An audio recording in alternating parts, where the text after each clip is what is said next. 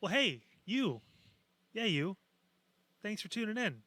Aloha, you saucy mother father. Welcome in another episode of the Side Hustle Podcast. YouTube, TikTok, Facebook, X, all the streaming platforms, audio version, of course, Apple Podcasts, iHeart, all that stuff. And for your video viewing pleasure, myself, Kyle Cornell, AA Anthony Alfred with you. What's going on, buddy? Saucy Mother father. You saucy mother. How about that? I'll tell you what. Gotta get creative with the opens at this point. I'll tell you what. I love it so far. Mid-June, boy, it's creeping. It's creeping. We're halfway through the year, and it is P. Diddying outside right now. It is creeping. What? I have nothing. I have to get it all out because we have an announcement. Operations Chagrin Falls.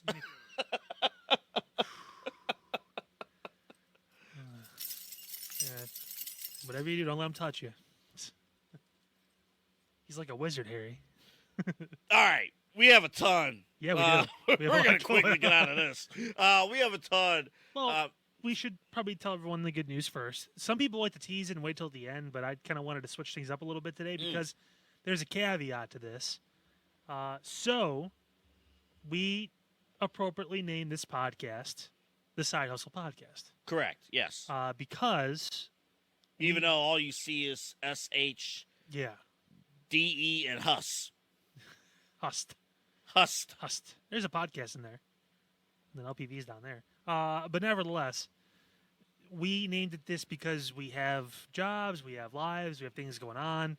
And this was supposed to be kind of a fun thing for us to do where we can maybe get some people to listen, get some people to watch, and just talk about what we love, which is and wrestling. it is fun. Yeah, it is fun. Believe it or not. You know what's even funner? Sure, what? The next slide you're about to pull up. We can't take back these 2 minutes. No, we can't, and it's going to get worse, trust me. Not this. This is cool. So, officially, starting next week, here on the Side Hustle Podcast, our very first official sponsor of the program, a presenting sponsor, BA Sweeties, here in the Cleveland, Ohio area. Want to thank Tom and company over there. Of course, we'll obviously have more things. We're going to be integrating a segment in as well. But the biggest thing to talk about this week when it comes to BA Sweeties is that next week, AA, I have to behave, which is going to be difficult. Okay. Yeah. I just looked at Pete. Yeah, okay. So I have to calibrate what I do. And that was the one thing we talked about, obviously, with this whole podcast, is that the ability to basically kind of do whatever I want. True. I've been handcuffed and chained for a while when it comes to my ability to speak my mind on airwaves. Freely. So, that being said, this is the last week that before we have any actual official sponsors. Of course, the paperwork is signed, but we're picking up stuff later in the week. That being said, I have a few things that I'd like to do. Oh, boy. So, these are normally the glasses that come on when I'm about to cut a promo. This entire podcast is about to be a promo, so this is going to be great. Oh, boy. Not done. I'm going to drink a beer on the podcast today because next week I have to be a responsible adult. Yes, you do. So we're going to do that. Also, we're bringing back out the Aloha hat because why not? So when I call you a saucy mother father, you know I mean it. Proceed. I have nothing. That smells really good, by the way. Yeah. That smells really good. It's pretty good. What is? That's the. Oh, that's good. You know these, yeah. Oh, yeah, that's good. I didn't bring. I was wondering the Sorry. flavor. I was wondering the flavor. The flavor is red. Okay. Yes. Okay. We have something special. For you, Kyle. We actually have something special for later in the show. And I guess the metric we have to measure kind of your language, I call it the Bret Hart thermometer. Yeah. We have a clip Yeah. from Bret Hart. Love it. And that's going to be kind of the levels, perhaps, that Kyle, I guess myself too, and the occasion that he makes me upset. But how can you be upset, by the way, when you come here to BA Sweeties. No, it's fantastic. I kid you not. So we met with Tom last week, and again, we've both been going to BA Sweeties for a while. It's here in Cleveland.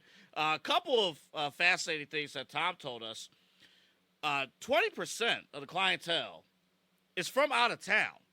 So over 100 miles away.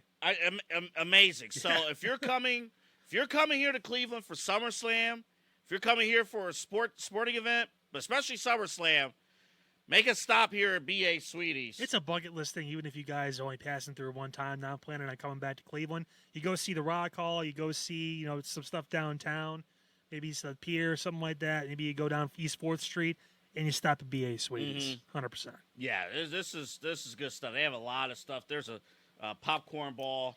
And don't worry, Tom, next week I won't be drinking beer in front of your sign. No, don't do that. But the other cool thing, though, the ice cream's fantastic. Oh, my God. They the have popcorn. Yeah. The popcorn, dude. They make their own popcorn.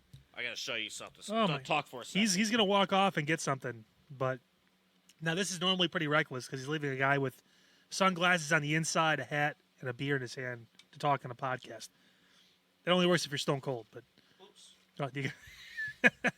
I forgot it was still on the solo shot. I'm more impressed you didn't trip over anything. So, I'll come up to here we go. So, they got a popcorn ball. Popcorn ball, pretty sweet here.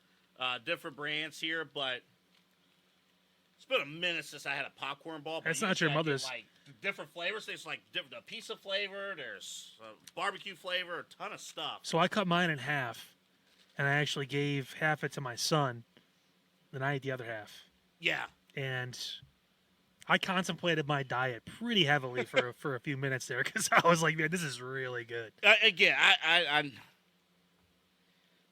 almost want to just open this up right now and eat it. I know you don't want to see me eat, but they're watching me drink. They can watch you eat. I know it's different though. But yeah, come here. They have a ton of stuff though. Ton of different things. If you like classic Coca-Cola, classic Coca-Cola out of a bottle, real cocaine. They got it there. So anywho, next again, thank you to BA Sweeties. There's no cocaine in the Coca-Cola. No. Kids. But thank you to BA Sweeties. Mini golf, they have that as well. Gather with your friends, family. Want to beat up on your 8-year-old who's talking crap to you? Take him to play mini golf. Show him his boss. Don't do it online. Do it in person. Nope, in person. Yep. And mini golf. So should be a fun time. And again, thank you to Tom. Thank you to the entire staff over at BA Sweeties. We're going to get that partnership officially started next week. So you'll be seeing some stuff here on the podcast.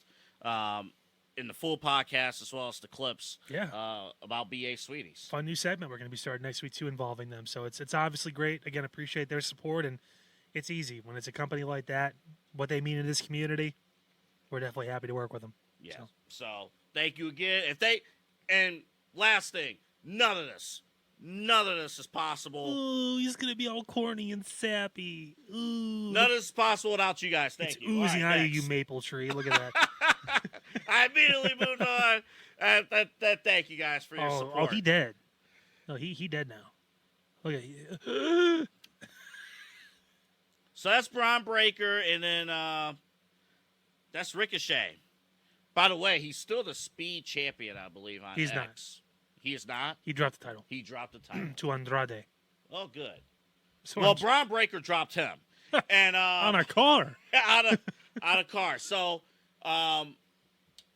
if you haven't been keeping up with the news with Ricochet, his contract is up. Now, we don't know exactly, I guess, when the contract is up. We're hearing like maybe July is up, so it's possible he can come back for one more appearance or something. But he has basically, allegedly told according to multiple reports, told the big bosses at WWE that fuck this he shit, will I'm not, out. Yeah, that he will not sign a new deal with WWE, and Ricochet will be on his way to wherever he decides to go. Couple suitors. Tony Khan deciding not to talk about anything again because that's what Tony does. I'd rather not talk about people that are under contract with different companies. You can talk about him. You just can't say, yeah, we're gonna go sign him right now. Like it's.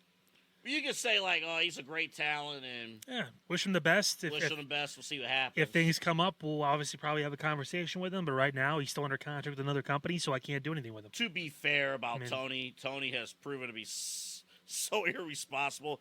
Honestly, that might have been the best thing Tony could say. That might have been the best. That's the son of Tony Khan with a foot in his mouth, and that's what it is. Yeah, so there you go. For Ricochet himself, though. Size 6, because he's a little boy. Go ahead. Boy, you're on it today. I told you. Full fucking show you promo. Are on it this today. is it. Nice week. I have nowhere to suit this thing because I have to be official. It's like we're making money with this thing now. It's like a child who knows he's going to be on punishment after. I want to say like Vanilla Ice showed up and just did the podcast. Is what I was looking for. But that's fine. Oh, like Chunky Vanilla Ice showed up. Yes. He's ripped, so I'm not anywhere near that. Yeah, but I think you could sum up Ricochet's time in WWE. If this is it, you could sum up his time as a elite high flyer, somebody who is great with the kids, somebody who's a good guy. He's a good guy. But there lays the problem. In WWE, there was always a ceiling with Ricochet. And we talked about this, Kyle, on the program, I think a couple weeks ago. He has never been able to really cut a promo at a WWE level with, like, main eventers and mid-card guy. Like, he's never really been able to cut a promo. And it's always seemed like his glass ceiling in WWE is pretty much where it's at now. Yeah. Where he's basically, trusted upon, but he's trusted upon to put over Braun Breaker. And at WWE, that's it. He had a run, obviously, as U.S. champ, as IC champ. He had a title match against Brock Lesnar, which was bullshit. I mean, he's gotten some opportunities. He was over at NXT. But the problem is, like, you need variance in your character if you're not really there yet. And he was never fully given the chance to be a heel. I want to see, like, heel douchebag Ricochet because he looks better than half the roster, right? True. He's got, like, a 14-pack. True. He can do shit that no one else on that roster can do. Screams heel to me. But can he be a high flyer and be a heel? No, and he shouldn't because he can wrestle more than one way. He's actually very talented in the ring. It's not just, I can do all these crazy flips. They obviously capitalized on that a lot because he was a babyface. But the first thing I'm doing when I see that guy and I'm seeing tape on him is I'm putting his 2 feet on the fucking ground. He's not jumping. Because he can wrestle. He can chain wrestle. He can submit you. He can do all these things.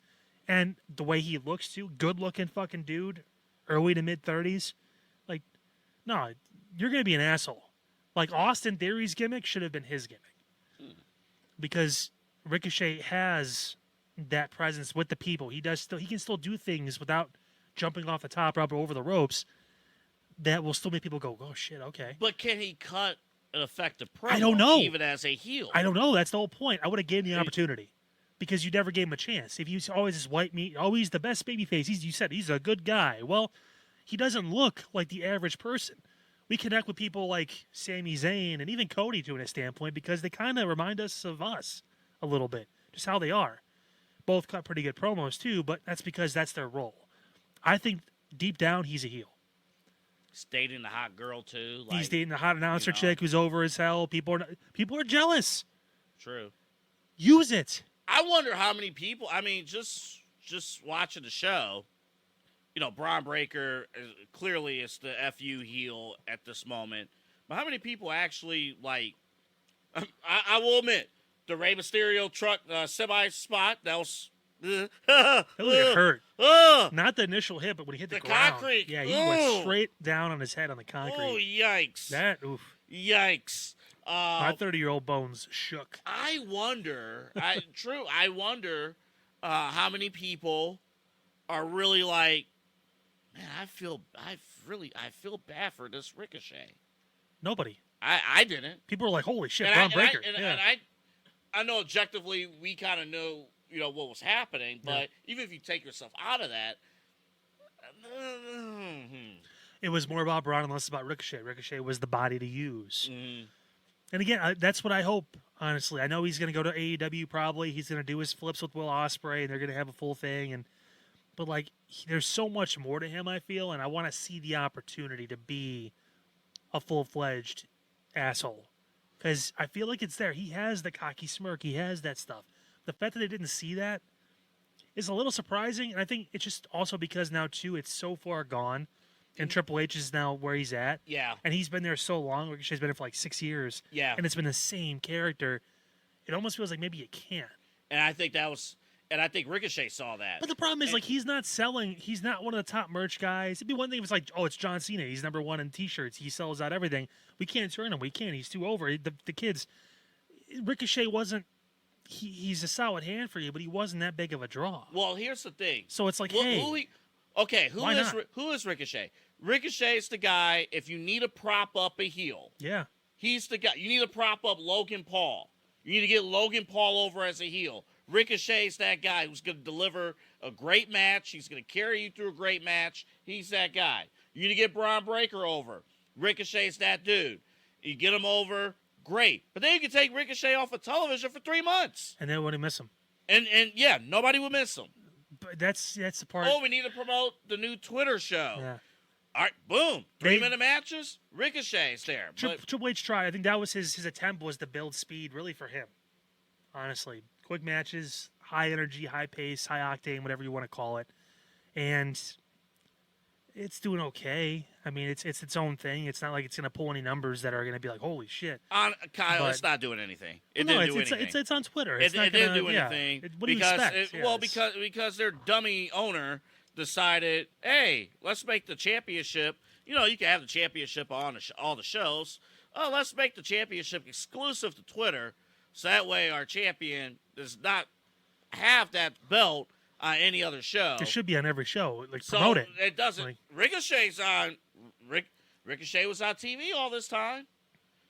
He can't have the Twitter championship. He just gets a mention. Yeah, he gets a mention. Oh, he's our speed champion. Tune in on Wednesday at noon on Twitter because that's when everyone's watching stuff on X. I mean, imagine, right? Imagine you're fighting for a championship at whatever sport. We'll even say the Super Bowl. Imagine you're competing for the Super Bowl or the NBA Finals, NBA Championship, Larry O'Brien Trophy. You win the championship, and then they say, well, that championship, you can't mention the championship outside of your arena. Not even city. Say the Celtics win the championship. You can't mention the Celtics championship outside of the TD Garden building. You can't mention it. Doesn't make any sense, does it? See, again, this is the thing. Like a lot of people like yell at me and point at me for like, oh, you just hate AEW. WWE does some stuff that's like, what's going on here with that too? Like it's still a little more controlled. They do speed better than AEW does TV, which is a problem, and that's saying a lot. But nevertheless, better than AEW doing speed. Oh God, that's what Rampage was and is. But nevertheless, I mean, this is what we're talking about. Zingers in me too, Pete. You've got zingers, I've got zingers. That's so true. You got that. Different vowel. Let me just say this. In most cases, and we've talked about all the free agents, all the guys, and one of the problems WWE is running into, there are less some of these guys' contracts get like all the way to the end without closing the deal. Chad Gable, they're kind of on the, that's going to be locked in. He already resigned. But it's getting a little close. You don't want to make that a habit. He wouldn't have a match at the Premium Live event overseas if he didn't resign his contract. I understand. I'm just saying. Some of it's kind of obvious. And in the future, you don't want to make that. You don't want to make those kind of business operations a habit under Triple H. So this is something to watch. It's also just a different mindset too. I don't need to re-sign everybody like 3 years before their contract's up. Like I understand. If it's a month or don't two, wait for 3 days until the contract's up. I guarantee you, he signed back a couple weeks ago, and they're just waiting. I mean, which makes a lot of sense because it keeps the intrigue. Okay, what if he doesn't win? Is he gone? Like, or if he does win, is he gonna pull like a Punk back in 2011 and like try and run out or what? Like, it adds a little more to it. And honestly, Triple H is so engraved in like other shit that he doesn't really care what people are saying in that situation. He just wants the story to be over and not like worry about all that other shit. I'm just saying, don't make it a habit. Don't make it. If Triple H is doing this 20 years from now and he loses his fastball, you don't want that to be the norm of your business operations. You want to, if you're able to lock in not as quick but as efficiently as possible, get those locked in. Obviously, if Ricochet is asking to be the fifth highest paid wrestler on the WWE roster, then you're like, I just don't think he wants to be there. He doesn't. And I was going to say this. Of all the guys and girls that we have covered as far as like free agents and, the contracts and stuff, obviously Becky's a free agent at this moment. So to speak. Right. And the others that we have covered throughout the year.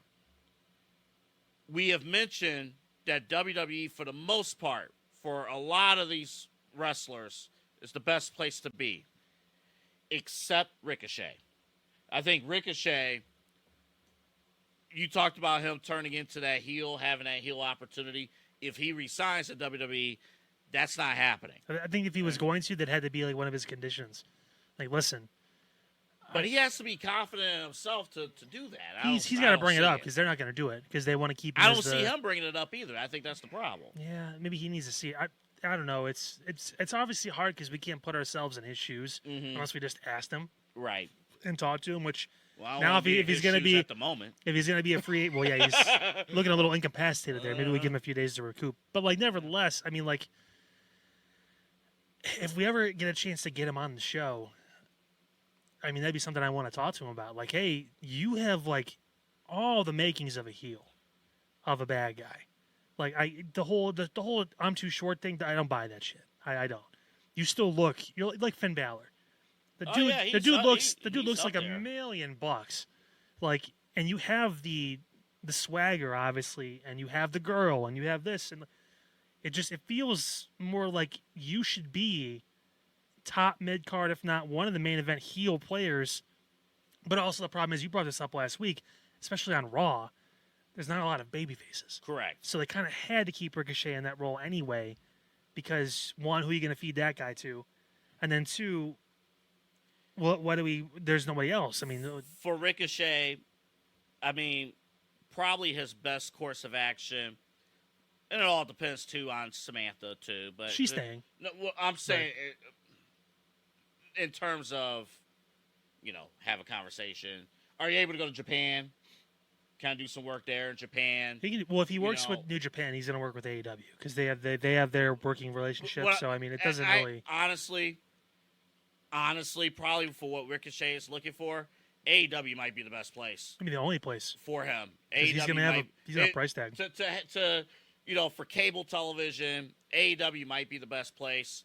At one point, this I was told by people who followed like Real Ospreay and Ricochet way back in the Independence, way back when. Like, people were looking forward to Ricochet just as much, if not more.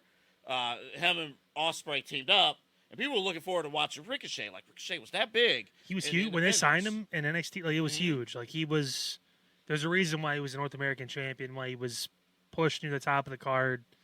Like, so if he doesn't want to cut promos, he doesn't have to at AEW. In AEW, all he has to do is be one of the top performers on pay-per-view. He'll be the biggest he'll ever be now. I understand. If that's what he wants to do. But that's the thing. At this point, it all feels like personal fulfillment. This is not about like his own status among what we believe, among with what you believe. Honestly, with him, I think it's personal fulfillment. He feels that he cannot move anywhere higher in WWE. He can't do anything more in WWE, but he'll have wrestling freedom in AEW. He'll have, honestly, creative freedom in AEW.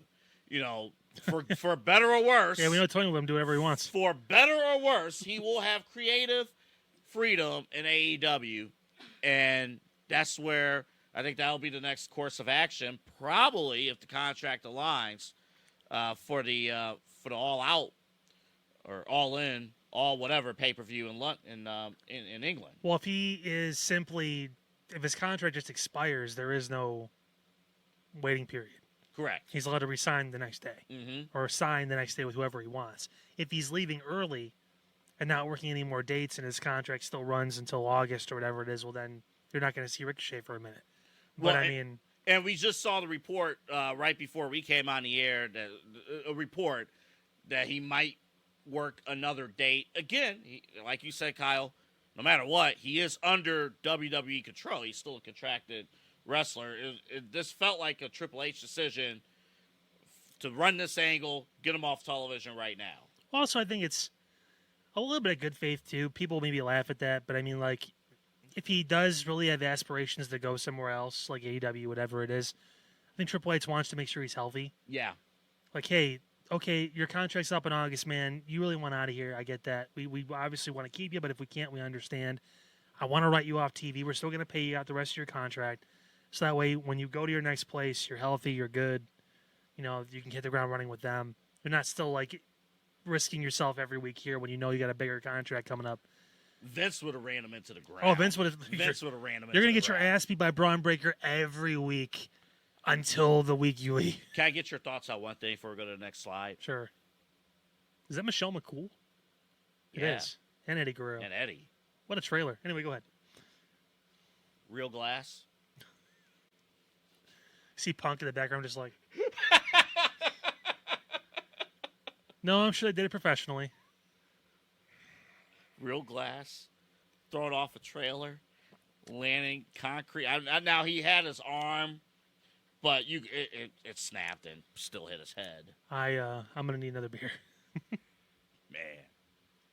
What's your thoughts on Braun Breaker again? Don't.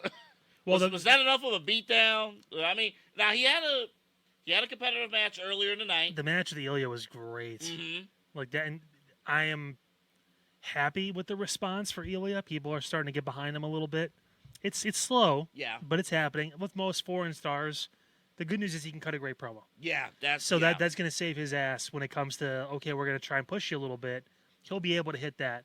And he can go back and forth between, I can be your good guy or I can be an asshole, heel, whatever you need me to be, which is going to help with like Gunther and all that stuff. And if he decides to join Imperium at some point, that guy is just, you talked about it. He'll be in the main event of WrestleMania sooner rather than later. I mean, he's going to. You are 100% right about that music, though. You're 100% Oh, it's right. terrible. It's bad. Is garbage. Yeah, his old one was garbage. Great. His old theme song is garbage. I don't even care. I would like if there's one thing that we are willing to push, get him some killer music, please. The high tempo, high pace thing.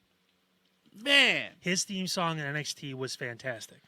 He is a bona fide stud, killer, and he's coming out to WCW worldwide music.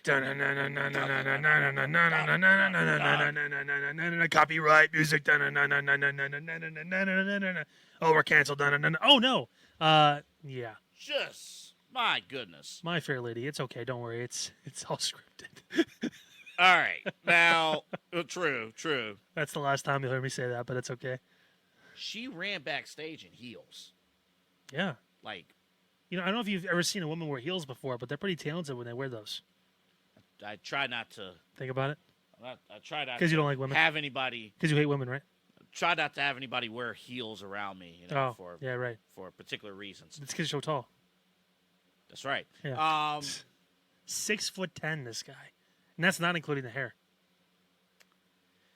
Any shot at all that she's leaving with Ricochet? Any shot at all? I know you kind of answered the question. Is there any percentage? Absolutely not. She is cemented in her role and what she does there. And the thing is, she's not a wrestler. Mm-hmm. She's not an executive or anything like that. She is the pinnacle of what they need right now. And they will pay her more than any other ring announcer in the business to keep her. And also, again, like I said, the schedule is no longer an excuse because she's only working 2 to 3 days a week, 3 days usually max.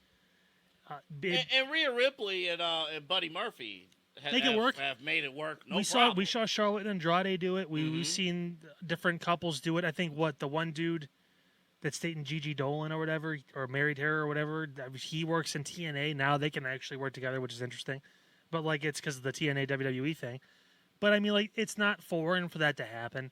And because the schedules nowadays are so light compared to where they were before, you still see each other, 3, 4, 5 days a week sometimes, depending on, how your days are and how connected you are to what you do.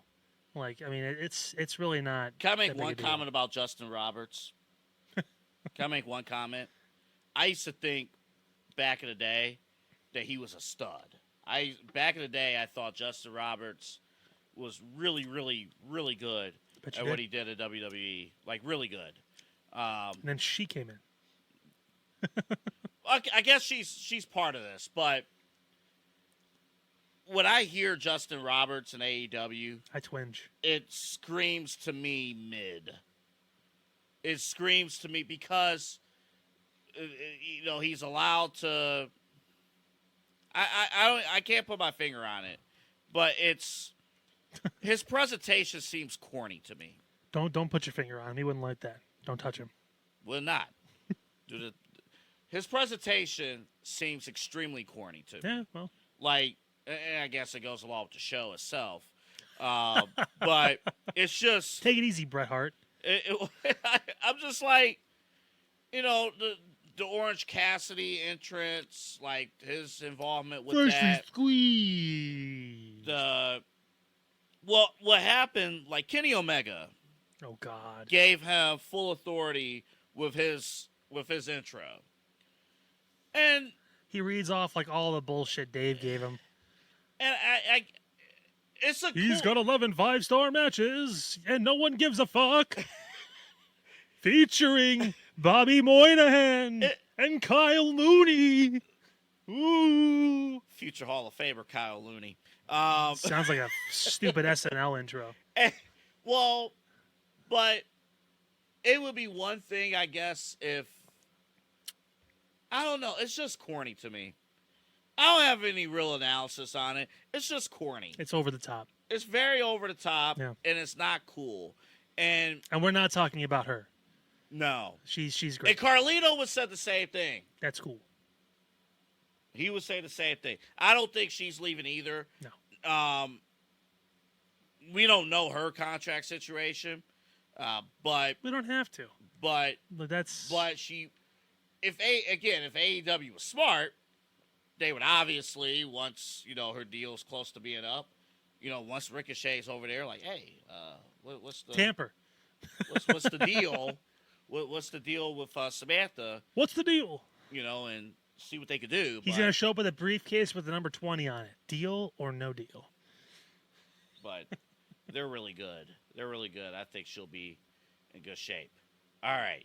I try to pull this off. I may not be able to here. That's fine. We can just talk about it. All right. So, on the top left, you got Damian Priest and Drew McIntyre. They'll be in the world title match on Saturday. Drew McIntyre, I thought was presented as a babyface on Raw this week. Yeah, well, they don't have any, so they have to do what they have to do. As we talked about last week, they don't have hardly any babyfaces on the show. There could be one viewing above me. It's Chad Gable and Otis. I got some thoughts on Otis here in just a bit, and you have thoughts on the entire program as well. Over at the bottom by my right shoulder, AJ Styles,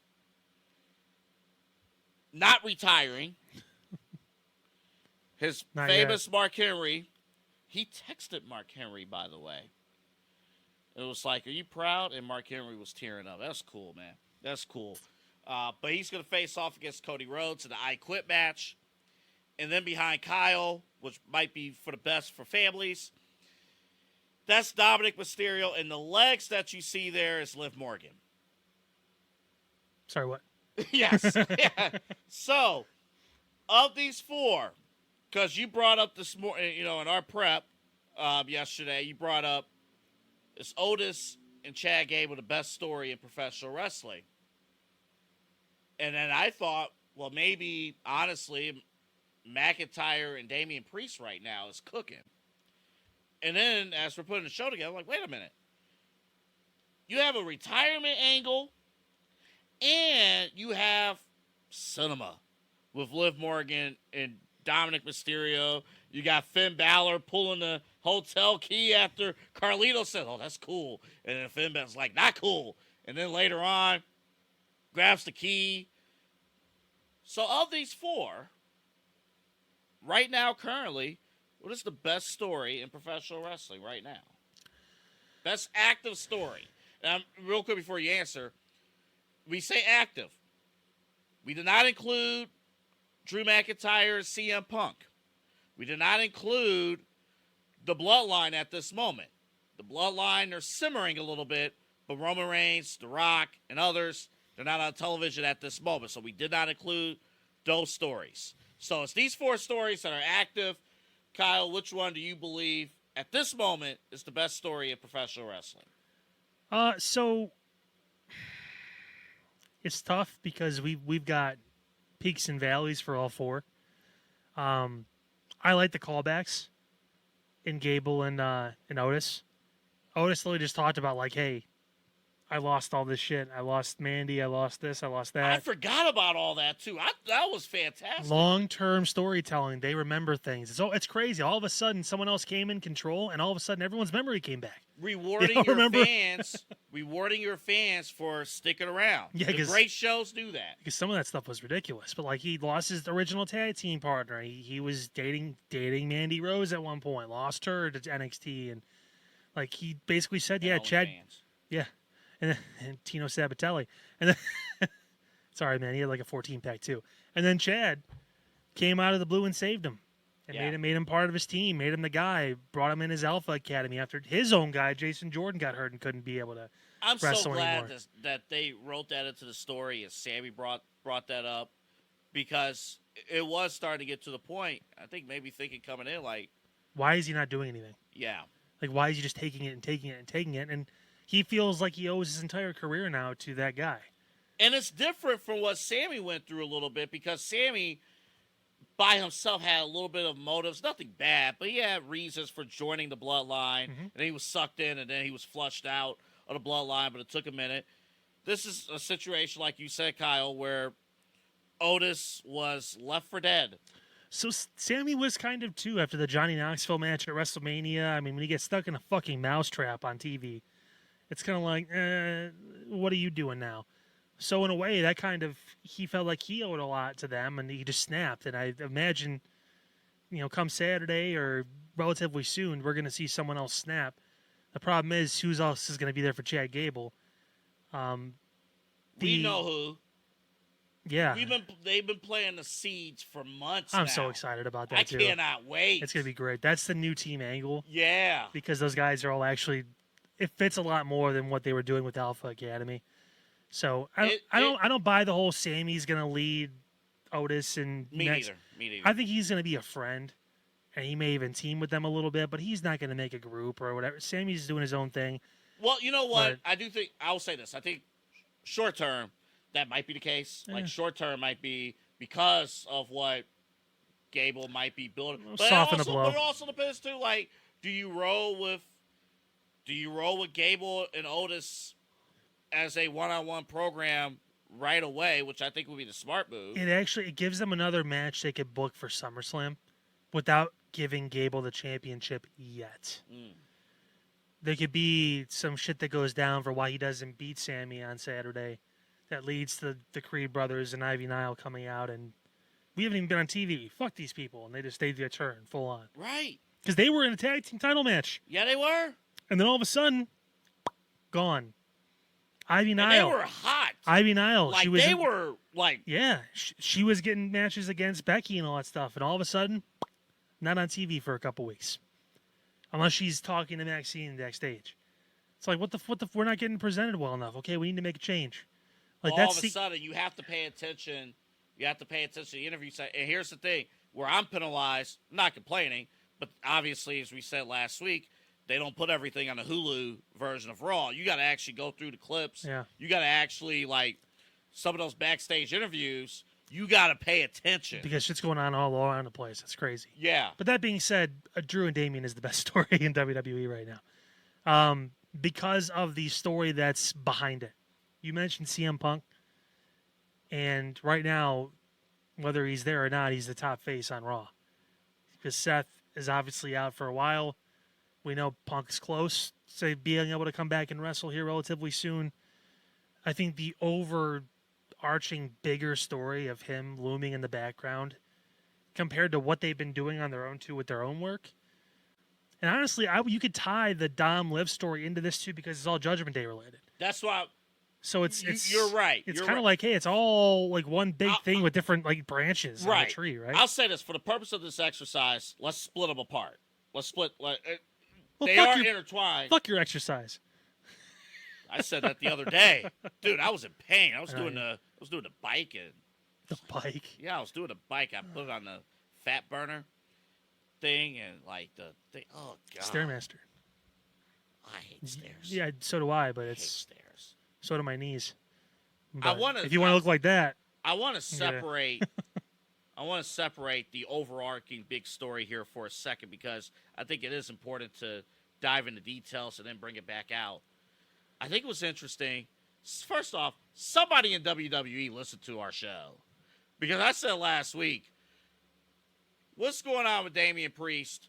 Why does he want help for the Judgment Day? And then they just dropped the storyline. Well, guess what they led with on Monday? I don't need you. And I'm going to put that on the line to prove that I don't need these guys. And I know full well that Finn's probably going to lose to you, but that's fine because I don't need him anyway. Amazing. There you go. Amazing. It's the slow burn to eventually turning a face with Damian Priest. It will happen at some point. I don't know who in Judgment Day, if we had a lot, maybe we'll do this next week. Put all the members of Judgment Day, including Rhea Ripley, up. Who's going to turn on who? Who's going to be the babyface? Who's going to be the heel? Who's going to do the turning? We told you. Who's going to be the operation? But I think we need to do it for every member. Because as we are seeing this develop, and we're seeing it even with the Liv and Dominic story, there are different... Oh, and Carlito. Sorry.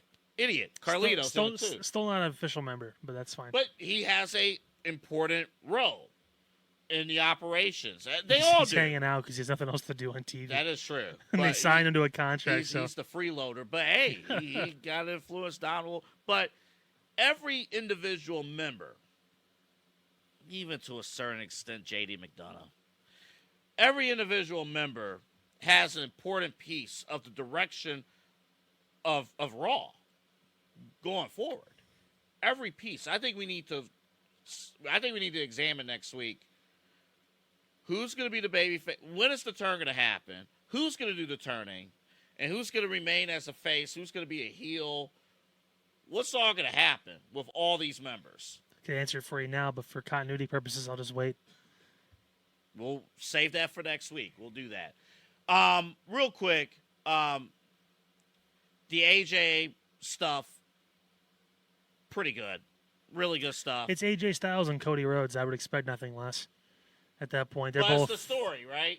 Well, yeah, but I mean, you could basically, they'll figure it out. They're both pros. They've both been doing it forever. I mean, they took a spin on it, which is great, and it made sense because AJ we didn't know what he was doing. Mm-hmm.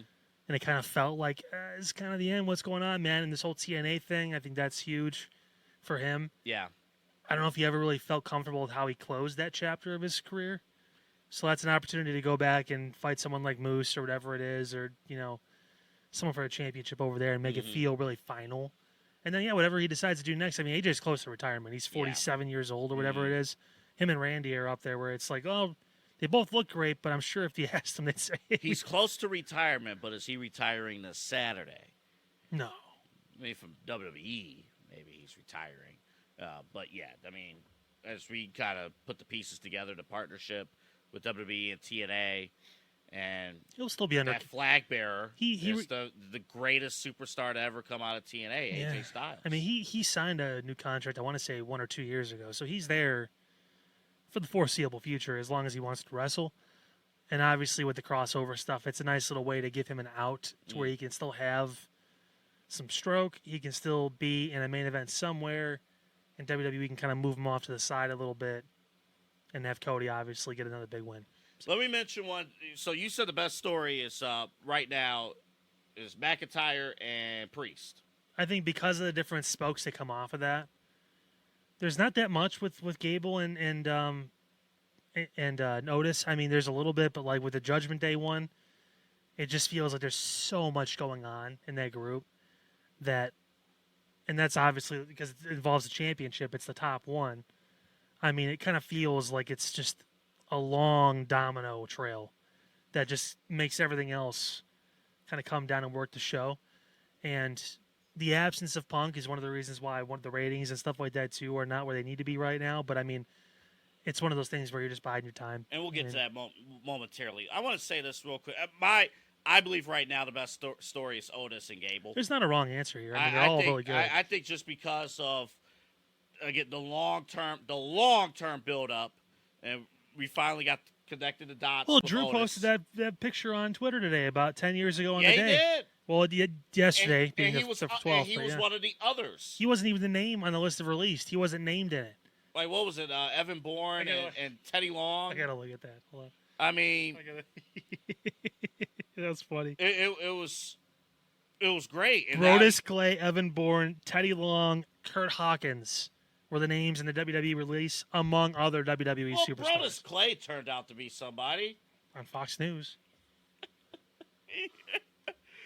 I mean, where is he at a Fox News prime time? He's turned. Don't we got an election coming up? Yeah. Beavis is fighting Butthead for the role of the presidency. You must be 82 to qualify. Let me say this about Otis. You know, this story has the potential to turn Otis into today's version of Dusty Rhodes. Okay. Has the potential. No. And now the key is going to be, does he? God damn it! Can I at least make the point? No, because it's crazy. Well, it could happen. How? Let me fucking explain. You better fucking pull some rabbits out of your ass if you're going to make that comment. So, can he cut a promo? No. Is he a guy who's going to be able to draw a story out of the guy who he hates most? And here's the thing that made Dusty great. The facial expressions, right? Otis is telling this story right now with his facial reactions. Everything, like you have to read his face to really know what he's thinking. And you could tell based on his facial expressions, you could tell that he is going back and forth. What's the right thing to do? What's the wrong thing to do? Like, should I do this now? Or wait a minute, like I have ties here with Chad. He's done everything for me, but I have my brothers and sisters here. But I have Sammy. I got to take care of them. I see a guy who has the potential, common man, blue collar, could work hard, right? Can actually relate to somebody out there who might be built like him, who wants to be a professional wrestler, who wants to do this, who has the charisma to do it. But he needs the opportunity to shine. He will have that opportunity. He will have that opportunity once this turn happens. How is the turn going to happen? Will it be executed properly? And then going forward, if he's able to cut a few really, really good promos, we have not seen a Dusty, like a build, like somebody who's built like Dusty since Dusty. With all due respect to his sons, Cody ain't built like Dusty Rhodes. Cody is a well-formed, fine young man. And in a way, so is his 20-year-old older brother, Dustin. So this is going to be an opportunity for Otis to really, really... See, look at this. Look at the facial expression right there. Look at that. He's locked in. He's locked in, but he's conflicted. And we can show different shots. Watch his hands. Watch his entire body language. There's an opportunity here for Otis to perhaps morph into this generation's Dusty Rhodes. Are you done? I don't see how this could be refuted. I have a lot of points, and I wanted to make sure you could finish it because the last thing I want you to do is get mad and start sweating again. I wanted to finish the point before you just cut me off there. What is our friend? I was trying to answer your questions because you were like answering them. You were like asking questions in a row, like 4 or 5. Our friend Stephen A. Smith over at First Take says blasphemous, right? Yes, he does. Yeah. That was we honestly. We need to say that to him. Hey, not gonna lie, Double A, that's top 5 worst takes of your career. That was rough. Now, here's the thing, though. This is the thing about your takes, right? So, everything you said about Otis, right? Uh-huh. Everything you said, from the promos, the facials, the way he's acting right now, all that stuff, his ability, you were right. The only part you fucked up was when you said he's going to be the next Dusty Rhodes. 1, not the same bodies. Dusty was never a power lifter. This guy's a power lifter. He's got the strength, all that stuff. Dusty, that wasn't his thing. 2, that guy, nowhere near as charismatic as Dusty Rhodes.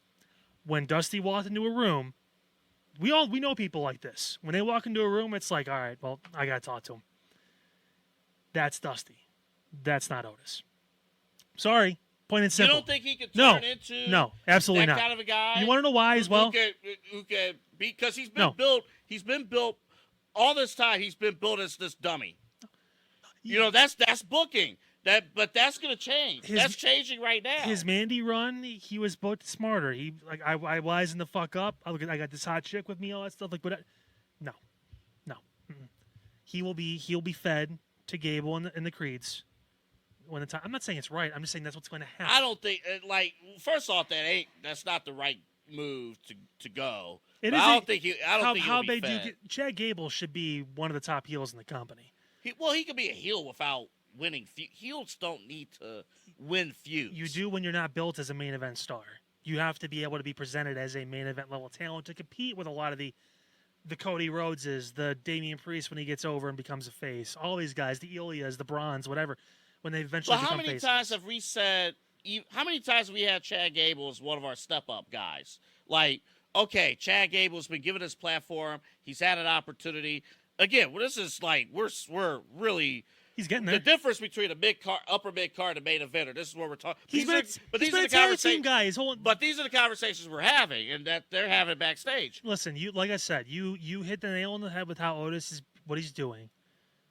But to call him the next Dusty Rhodes, or say he has Dusty Rhodes in him, maybe who else has? I understand the difference with the powerlifting, and the build, but who else in the last 30 years? Nobody, and that's fine. But we as a society, I gotta stop you. We as a society, to that. We look for comparisons to everybody. Who's going to be the next Jordan? Who's going to be the next LeBron? Who's going to be the next this guy, that guy?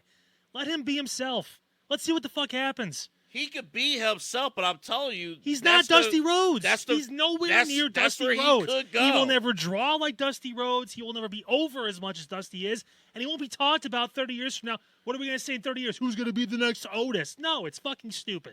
It's not going to happen. But he has the personality. And the draw and the why? Because he shakes and does the worm. That's not personality. But that's how he's booked. You can't if that's how he wants booked, to go. If that's how he's booked, that's what it is. That's what it's going to be. I don't know what you're expecting. It's not. Then what the hell is the point of doing this feud in the first place? To have a story for Chad.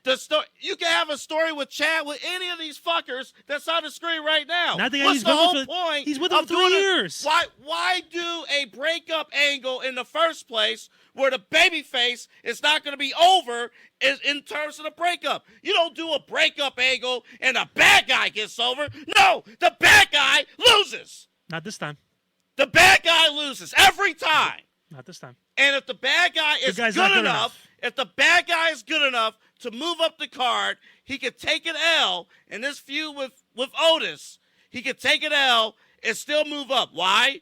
Because he has the chops on the microphone. Because he has the backup that he's been recruiting. The story is great. The story is fantastic.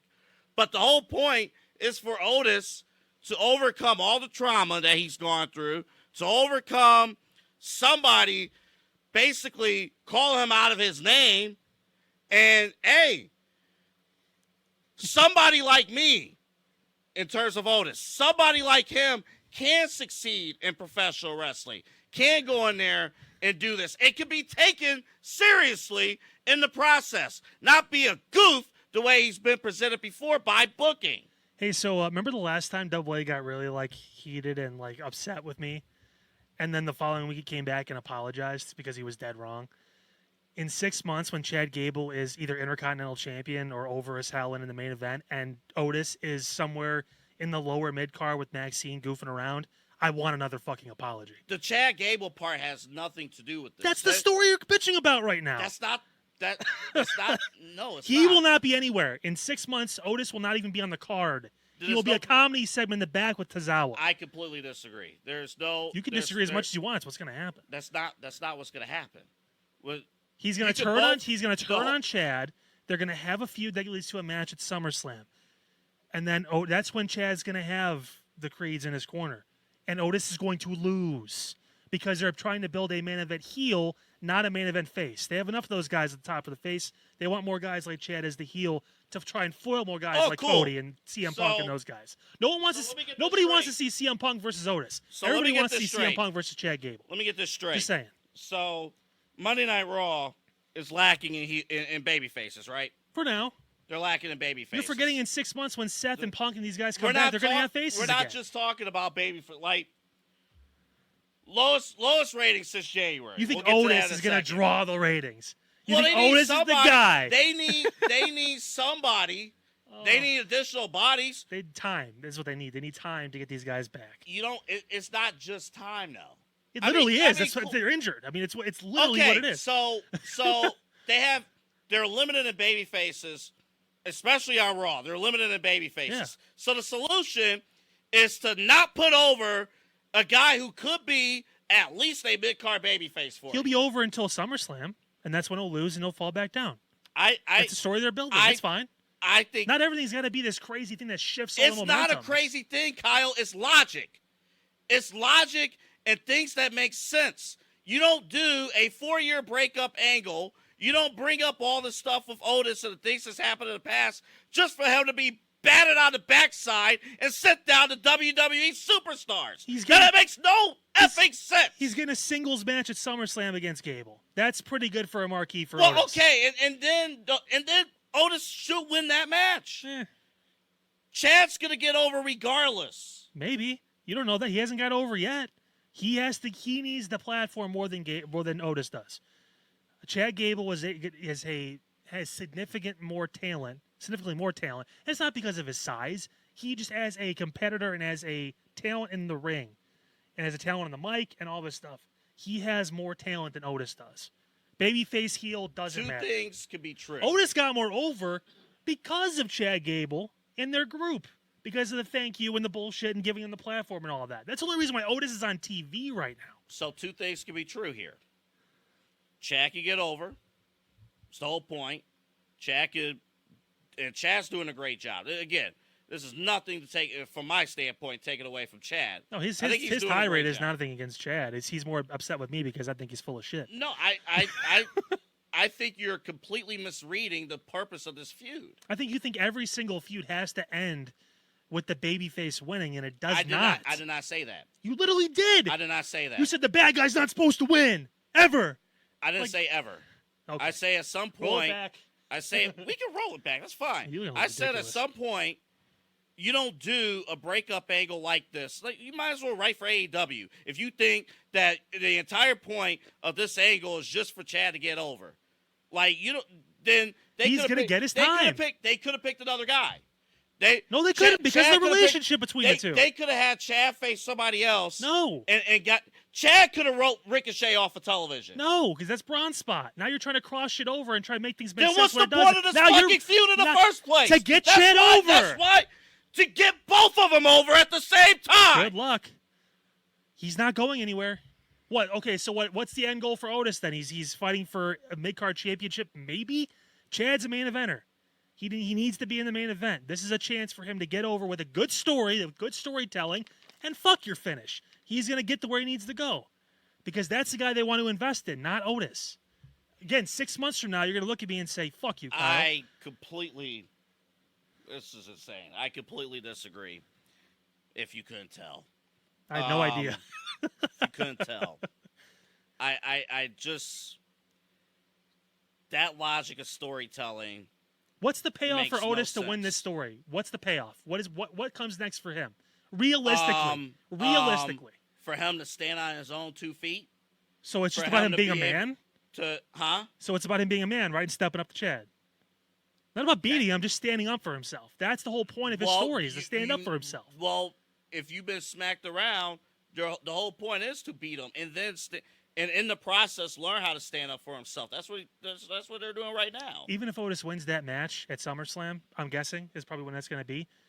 There's nothing for him next. He's not fighting for the World Heavyweight Championship. He's not drawing tickets. tickets. To fight for the world title, but you need more baby faces. He can be a baby face. Programming. He can do whatever. Yeah, he can be a baby face. That's great. No, you need legitimate baby faces in WWE programming. They need that. Like we talked about, like there's nobody to root for right now at this moment that's really active other than really Sami Zayn. That's on Raw. Even Jay's not on TV anymore. And, they're waiting until Money in the they're Bank, waiting until after the pay-per-view. And we'll they're going to do the qualifying matches next week. Oh, is it? They're not even. They're doing the qualifying matches. He announced he was going for it, and then they're going to make him qualify. I think so. Yeah, I think they'll do that. Oh shit! Well, you could cheer for Uncle Howdy when he debuts next week. There you go. Yeah, we got that. We'll see where that goes. I'm excited. You can't wait to react to that next week. Oh man, it's going to be either like the awesomest thing, or I'm going to be pissed. I'm not overly concerned about this. No.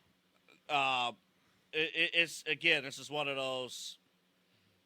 First of all, I think they went up against the Stanley Cup. But what fight? We're not going to use the same because of the fight. We're not going to use that excuse. It's double standard if we compare that with AEW. We're not going to use that excuse. The thing is, I will admit, sometimes even as hot as the shows are right now, and even with like heated debates about where to go, and I'll be honest, like this pay-per-view coming up. I mean, we're not going to do like a full-fledged breakdown of the pay-per-view preview, but like it feels like filler. It feels like filler, but if you really go through the matches, it's not clear and obvious through every match like who's going to win. There's a couple where you're like, maybe it could be that or that. Like I'm not even sure with the Priest and McIntyre match. I don't know if the right call is to get McIntyre to W and then Punk jumps in, or if Priest keeps the title because of the Judgment Day thing. And that's tough because Gunther's not on TV right now, too, and that's who's waiting for the winner. Uh-huh. So if it's Gunther versus the champ at SummerSlam, you probably prefer that to be Priest, just because Gunther's probably going to win. Right. So, and you don't want But McIntyre, then will Priest be a babyface at that point, or they're going to go through the Judgment Day breakup? I mean, they kind of have to, There's right? a ton of things. So, yeah. You're going to hear people who are very anti-WWE bring this up, that this did happen. The 18 to 49, I believe, was a 0.5 rating, which is still higher than any Dynamite we've seen. But I mean, whatever. I mean, this is. Now, again, I do want to bring up one question, though. Sure. I do want to bring up one question. By the way, I'm sorry. I didn't mean to make you mad. I told you, you're exactly right about all the stuff you said about Otis. This is a TV show. When you yelled twice. One time, usually I feel like, okay, I got to him. The second time, like, I don't want to hurt your feelings, it's a television show. Because I love you, like a little teddy bear. Stop it. Pete, you gonna give him a hug really quick? No, he's texting. He's not going to. I'm going to talk to Bret Hart. Okay, yeah, he can soothe your soul. There talk you go. to Bret Hart. I told you today's going to be a promo. I am not the biggest Bret Hart fan. With a tear in your eye. I'm just not. I'm not the biggest Bret Hart fan. But what we're going to play for you later on the show. I'm excited. You thought I'm stupid. You thought what just happened a few minutes ago. Bret said all that, but he never raised his voice. He didn't raise his voice. No. Monotone Bret Hart was very cutthroat. So Bret Hart, what did you think about Goldberg? Ooh. Oh. By the way, that WCW documentary, we'll talk about it. Give me 45 minutes of your time, and I'll tell you what I think of Goldberg. Man. Nothing. They need the stars will come back or coming back. It'll help. But what's the status of Punk? Yeah. What's the status? Honestly, if Rhea Ripley, we heard reports that Rhea may not be ready to wrestle at SummerSlam. Which, you know what, at that point, I mean, this is why you had people like Lyra and that stuff built up, too, in case that doesn't happen. You still have people that make sense to go after Liv. You took out Becky, all this stuff, whatever. They still have that there. I mean, when you're missing Rollins, Punk, Rhea, Becky, and it's good writing, it's going to reflect in the ratings. And no matter what, the show, all of WWE was at such a peak from January, I guess, from that low point, before the Royal Rumble. It was a slow tick up. Like the to Raw before. WrestleMania. Yeah, the Raw before. I think the Raw after WrestleMania was the high point. They were at a high point as far as everyone being there. Mm-hmm. They were at a high point creatively. Yep. It was the entire build-up. It was a year-long build-up with Triple H and the whole nine. Yeah. So Cody, it was a natural cool-down period. And honestly, excuse me, compared to years past, that cool-down, that WrestleMania cool-down would have happened immediately after WrestleMania. Right. But when you have international pay-per-views, that kind of put that spark back into it. But at some point, it was going to happen, and we're there now. You talked about this from the beginning when we were doing the show, like way back in January, February. Yeah, that midsummer kind of lull. Mm-hmm. After Money in the Bank. Yeah. When SummerSlam starts to roll towards, that's when shit starts to pick up again. That's when you'll see numbers kind of increase. That's when you'll see some people coming back. Yeah. And being healthy and being on the card. And that's going to matter, too. If I can write CM Punk in a story and he's going to be there every week, I mean, that's going to draw a little bit more people. And there are things on the table for our show that we have held back for when the time is right. One of them is Roman Reigns. One of them is, I mean, we briefly talked about it, but we're going to really dive into it in the weeks ahead. But the fans are ready for Roman Reigns and are ready for his version of the bloodline. He's like sitting back just going like, yep, keep doing it. I'm going to keep your ass waiting. Just keep doing it. I'm going to hang out. Roman may not even show up until SummerSlam itself. And even then, he may not, he could just wait until Survivor Series. And there would be no... Do you think... Let me ask you this before... How many more members of the Bloodline debut before Roman comes? Right. Let me ask you this before we move on. It seems to me like it would be a slam dunk to have Roman wrestle at SummerSlam. But could they get away with Cody Rhodes defending his world championship against, we'll say right now, Solo? We'll say a member of the Bloodline. Because we don't know who's next after AJ. Right. I don't know. That was the problem. That's why the AJ story is impressive, because they've been kind of building with AJ, but that kind of came out of thin air. But what is next? I don't. You would think maybe the Bloodline be someone we look at. I mean, there's still the Randy story there. Randy hasn't done shit since the Gunther match at King of the Ring. It's only been like a week or two, whatever. But I mean, there's that looming, and that feels like a big match. Yeah. That maybe isn't worth WrestleMania, but is worth one of the big 4 or 5, whatever you want to call them now. So even a crowd jewel coming up too. Yeah, I think the Randy match makes sense the most, and that can somehow still feed into if you need Bloodline shenanigans, whatever it is. But I don't think that Solo's on that level yet as far as the leader of this new group. Unless that's their plan, is to debut Jacob Fatu and he's the new tribal chief, and they push his ass literally to the moon, like Cameron Grimes to the moon type shit. Yeah. Where he's just like, hey, Solo's been taking orders from me the entire time. Fuck you. But Paul already called, Solo the tribal chief right now. He basically said he's in command. He's the head of the table until while Roman's out. comes back. And Solo gave him a side eye. But I mean, that's going to be great when it happens. I will say this.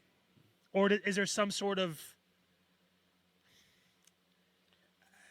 If you don't have a person for Cody, do they do some sort of triple threat where it's like Cody, Randy, and KO versus the Bloodline, and that's where they debut Jacob Fatu, and that's when Roman comes back, and it's like, oh shit, you want him to defend the title, but at the same point, it's I'll put it to you this way: when you bring the match up at this moment right now, I'm not really excited for it. But Randy and Cody, the 6-man tag that you brought up. I mean it's a way out if you. I don't know. But there is potential for that to cook on the build, on the way, build that speculation. If all that can happen, I mean, look, just because I'm not excited for it on June 12th or June 13th, whatever today is, doesn't mean that on July 13th they won't start. I think Money in the Bank is going to be bigger for the Bloodline as far as what's next for them, with championship goals. I'd imagine Solo probably will be in, or at least will try to qualify for it. Well, will Jey Uso be involved with the story? I know different brands, but if Jey Uso's your Money in the Bank winner, maybe. But that could be separate too. Who that knows? could be how the But bloodline right gets now, involved with him we're too. also Yeah. seeing too that Raw Championship scene is about to be very, very full. And then when Seth comes back around, probably that's Survivor Series Yeah. somewhere in there with his knee injury and all that stuff. Maybe he comes back sooner. I don't know. But like another guy that I'm sure is going to want to crack. Like it would not surprise me. It would not surprise me if one of the Raw guys is traded to SmackDown because that that picture is full right now. So Roman is the free agent. Remember, he took himself out of the draft. Right. So he could show up. Yeah, he can. You know, let's say Solo wins Money in the Bank. Reigns could show up the Monday after with the bloodlines there, right? Because Solo can cash in on either champion, or he could show up on the Friday, whatever it is. But that could be a thing. I mean, there's so many avenues to that. It just depends on when they want Roman back and what makes the most sense for the overarching story. Because there's going to be a lot more people that get drawn into it. Yeah. So I'm excited for it. That is true. Yeah. That is true. I wanted to bring this up. All right, we'll go a little bit more lighthearted here. So, one of my all-time favorite shows is Bar Rescue. And I had to ask Kyle off grid, like, do you watch the show? So we can actually run with this topic. I've watched it. So, you know this guy. This is John Taffer. He's talking about AEW there? What is he talking about? Might be talking about WCW. Well, I think he's working at Bret Hart's. Worked a while ago. Good job, John. So, the show's been on the air forever. Oh yeah, and it's a great show. But this year they launched a new season 9, and he's only appeared to like half the episodes. And you know, people are like, is he sick? And you know, we're not a Bar Rescue podcast, but there's a reason why we're bringing this up. So John Taffer is almost 70, which is nuts. He doesn't look all the stress he deals with. You think? Yeah. You're yelling at these people and everything. It's just crazy. Like, imagine if I was arguing for Otis for 24/7. Like that would be John Taffer. You need liposuction or some sort of surgery to get the face. Yeah, just pull some shit out, like stretch it. Yeah. I just thought about something real quick. I'm wearing this Browns polo. That brought me back to like those Browns Mondays after like their losses, and like talk radio. I felt nothing. Callers. I want Stefanski fired. 2-time coach of the year. You want fired? Good call. Why do you want him fired? They need to run Nick Chubb more. Until he blows out his entire left leg. That's right.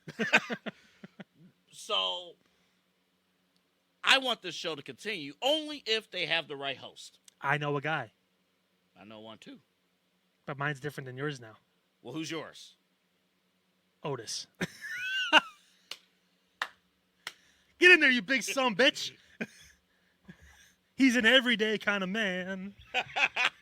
He'll walk in wearing polka dots. He'll do the full thing because he's the next Dusty Rhodes. Hey, Chad Gable can be the assistant, the help. Oh, now they're gonna flip roles. He'll be the Phil Wills. He'll walk in there like, your bar sucks, but it wouldn't be as authoritative as John Taffer. Like John Taffer's the guy. All right. The real successor. On a serious note. The real successor to this show, because this show does need to continue. I don't think you need a certified bartender. What? I don't think you need a certified bartender. What? To run this show. What? I think you still have your assistants. What? But you have this man. It's the new host of Bar Rescue. Stone Cold Steve Austin. On top of the table, just pound a few beers. What? Just on X. What? Bad on the order. Las Vegas local text page. Just fucking pounding them back, slapping them together. Happened last year. Those are glasses, by the way. Those are not right aluminum can beers, Steve. You're gonna hurt someone. Please put those down.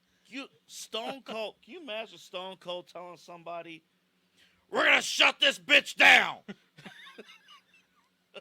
Look me in the eyes. Are you dumb as fuck? What? Why is your place failing? What? Stone Cold Steve Austin. my successor to John Taffer in Bar Rescue. He's got the name. I think he'll do a great job. Just give him John's staff. Give him the staff. Let him host. And yeah. It's like his food, criticizing the food. Spike TV will never be more popular than talking down to those ignorant bar owners who don't know any better. Have you looked at your books recently? I don't know. What?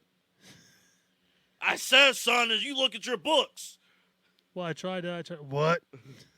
Well, get down there, son. Since I went on a campaign for Otis, we're cutting this segment short. All right.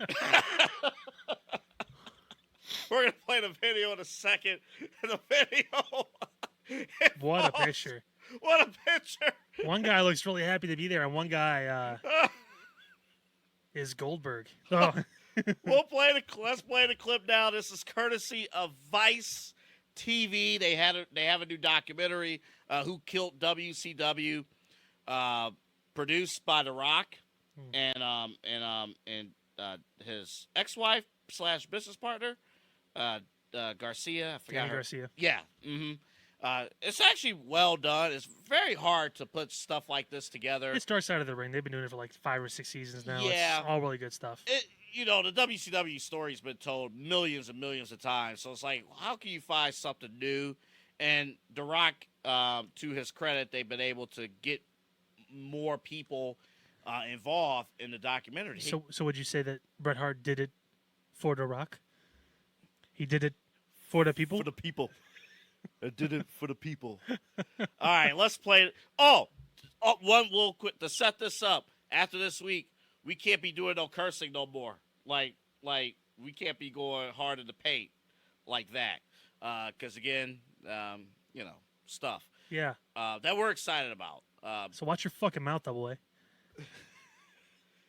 This clip will be the measuring stick of how far we can go. Let's roll it right now.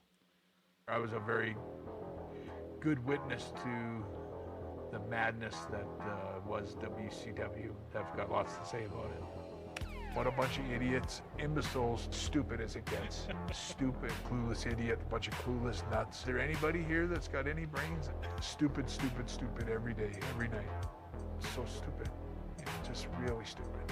The biggest cutthroat, bunch of conniving, backstabbing idiots you've ever seen in your life. That is such bullshit. It's the work of an idiot. Pathetic, really stupid idiots. Are you an idiot? Lost idiot? He was the shits. You will always be seen as a complete failure. The term motherfuckers would have been crossing my mind pretty regular. Thanks for nothing. Go fuck yourselves.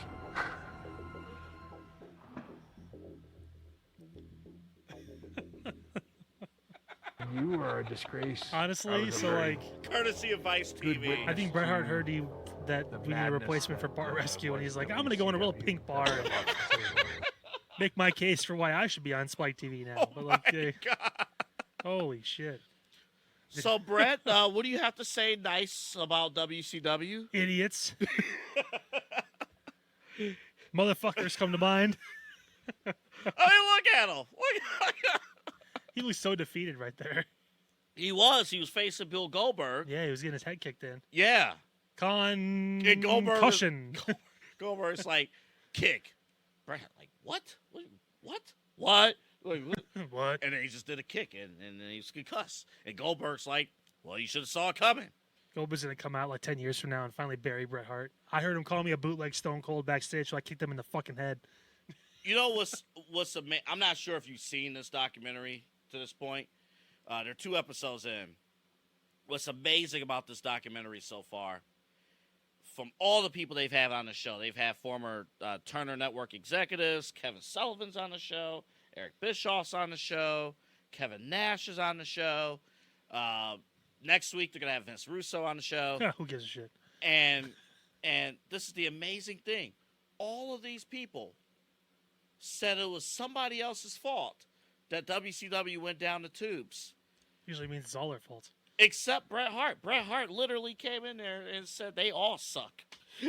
I love the tweet that we had up there, the Public Enemies podcast. Hater of the year, every year. Yeah, No, he just tells the truth and doesn't give a fuck because it's Bret Hart. I will admit it, for Bret Hart, the career that he had, it did not deserve to end that way. Well, Bill did. So he even said, like, I don't blame Bill for hurting me. He never trained. He came into this scenario and was put over immediately, and then it was too far, too gone. Like, so he's like, I just wish there would have been more leadership there that would have steered him better. And, like, I mean, I don't think he likes Bill personally anyway. No. Which, whatever, Not that's even fine. close. You could not like somebody and work with them. It's fine. I think Bret hates him. Which is, I wonder why. Yeah. Brett's also, like, very spiteful. Like, Yeah. he's, look at the Shawn Michaels thing. I mean, that took 15, 16 years before he even was willing to be in the same building as him. Yeah. So, I mean, like, it's, and talk about his career and the way it was supposed to. Mm-hmm. He was supposed to be a main event guy in WCW. He was supposed to be the one that helped carry them past 2000. Yeah. And it didn't happen that way because of all that stuff. And obviously, it led to more physical issues for him, and it never got to where it needed to be. He had that little run in WWE in the 2010s, early 2010s, with Shawn and Vince. It was basically the. It was a make good. Yeah, it was like a here, make good run. but I mean, like, it never was the same. And Yeah. I mean, there's a lot of hate in Bret, and but I mean, we have said it. Yeah, and again, me personally, I'm not the biggest Bret Hart fan. But I respect his work, obviously, and what he has meant to this business.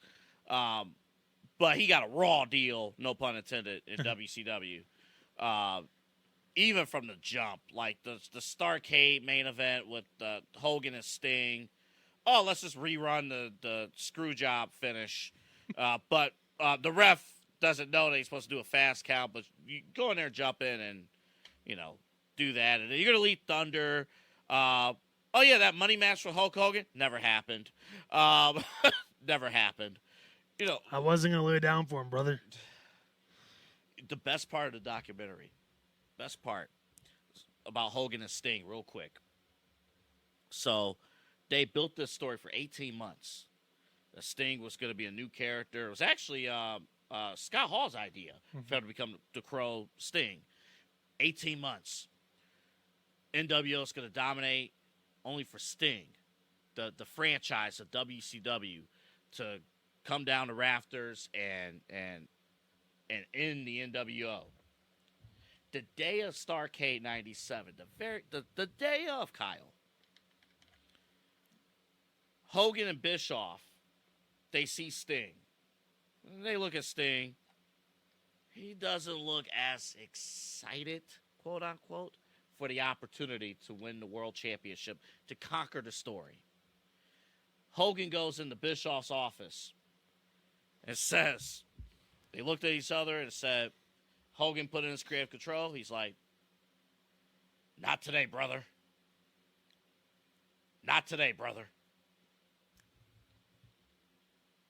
And they, from the morning that they showed up for the pay-per-view, their offices, to that night, they had to rework the entire match and the finish because Hogan and Bischoff both believed that Sting, after 18 months, was not ready for the strap. Okay. Well, again, you're just pointing out why they failed, but I mean, yeah. And that's the start of everything, right? Because, and this is why we get frustrated with AEW, as we say every week. It's not, yeah, WCW had great success in '98, but when you build bad habits and when you lose and Bischoff said it perfectly, when you lose momentum, it's harder to get it back than to have it in the first place. Mm-hmm. And people will say, well, isn't that what happened to WWE? Not necessarily, because the show is still good, for the most part. There's always things we could pick on every show, on any promotion. It's like, it kind of wasn't that good. But their overall trajectory of the company is still that way. Mm-hmm. AEW was here at first couple of years. A lot of goodwill, a lot of like, hey, we're going to see how this works out. But now after 5 years, we're here, and now you're starting to see this. Mm-hmm. And even guys like MJF and these guys will not be able to save them because it's not a talent problem. It's a booker problem. It's a promoter problem. It's the person who's in charge of the show who's not really in charge. Yeah. Now, the one advantage AEW has over WCW, AEW is its own company. They're privately owned. Yeah. So, like I said, people that say, like, oh, yeah, they're going to go out of business because they're going to run out of money or they're not going to be able to get. Tony Khan will always fund this. As long as he wants to be there, AEW will always be present.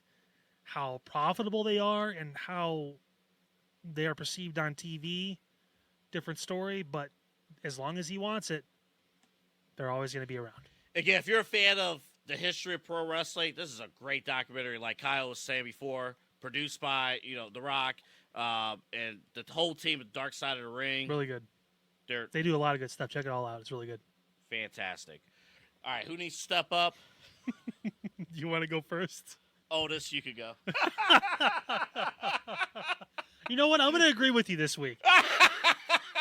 You've talked this guy up more than he has in his first 10 years in the company, so I'm gonna go with you and say that Otis needs to step the fuck up because, buddy, now the pressure's on. This guy is a superstar. Okay, he said you one shot on me, Pete.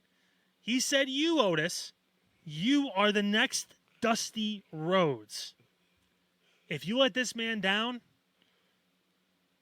TikTok will. you don't want to know what's hear going to all happen. about it. You don't want to know what's going to happen, man. It is all on you. Get it done. This coming weekend, Get it done. Clash at Don't the make Castle. me look stupid. Get Don't- it done. You don't want to see him when he's angry. You only Don't- got a piece. Man. And there's an invisible wall between us, so he couldn't hit me, but Don't get it's here. Man. Like, you got to be careful because he may be small, but you know what they say. Pack a punch. Otis. Sure. For the first time, both of us picked the same guy. All right, so It was too good not to. why not? Why not? All right, couple things before we wrap here. Yeah. As we mentioned before, BA Sweeties, that's the address. Check them out. This again, is water now, so we're good. yeah, we're, I had my one beer. I know Yeah. my limits, unlike some certain rednecks who live in Texas. They like to dance on top of bars. largest candy store, the world's largest candy store you can find. It's right here in Cleveland. There's the address up here for those of you who are local. If you're coming into town, you got to check out Sweeties. You got to check out the ice cream, and you got to check out the putt-putt. They have different levels, too, on the putt-putt.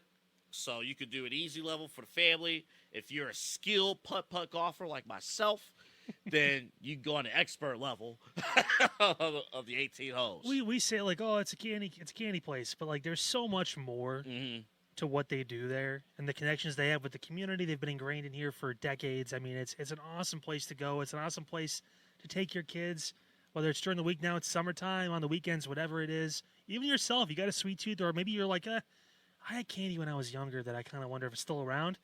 There's probably a pretty good chance they've got it.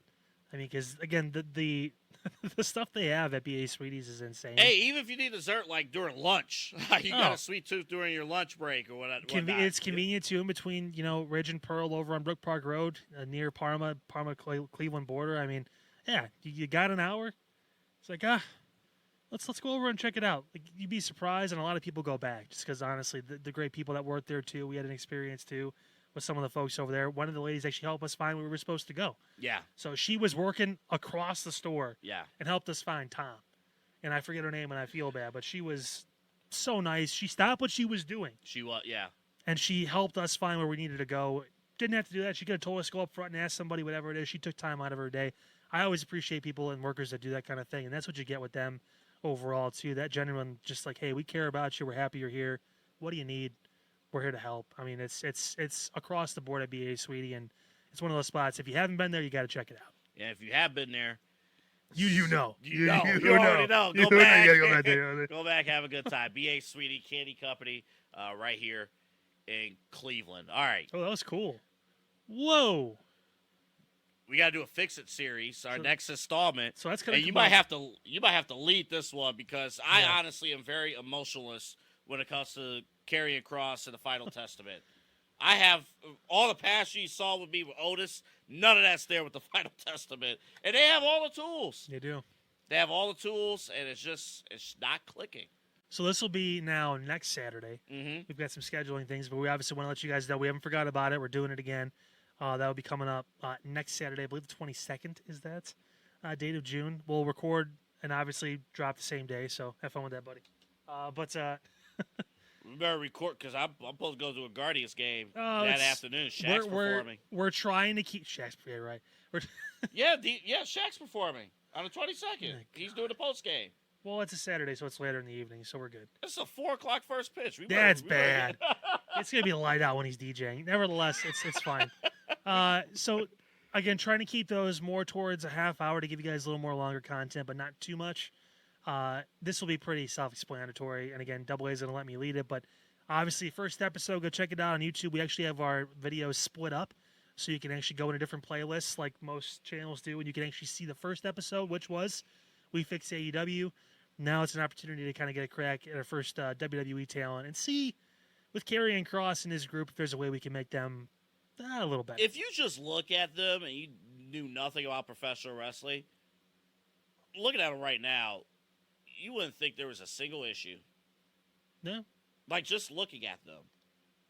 But there's a lot more when it comes to especially Karrion Kross. There's a lot honestly, more for them. This is a case of we've given you everything, but why is it not clicking?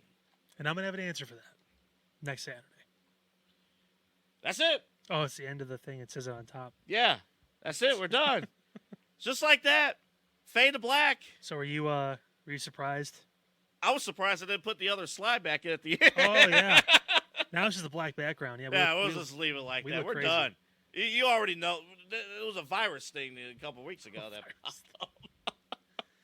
That popped up there. All right, so that was a very lighthearted show. Yeah, it was great. I feel good. See what is good? We had to get it all out of our system because on next week we get to be professional. You have to start dressing better. Like, we have to do a full thing. So, all right. We are done for this week. I don't even know if we could do the old outro anymore. We can't. We really can't. Because this is becoming something a lot more than we thought we ever envisioned, really. That is true. All right, well, we'll see you guys next week. Reaction to the pay-per-view, premium live event, Billy Ray. Well, I'm with you. I still call it pay-per-views. They're pay-per-views. Okay, don't let Swerve bully you like that. We'll have reaction to the pay-per-view and whatever other top stories. Yeah. And we'll talk about Chad Gable burying Otis next week. See you next week. Bye-bye. Aloha, mother fathers. It works at the end, too, because aloha is aloha and goodbye. That is true. Or is it mahalo? I don't know. Either way, in the Rock's native tongue, we'll see you guys next week. Take us off the air. We're done. See you next week. Bye, bye, little Sebastian.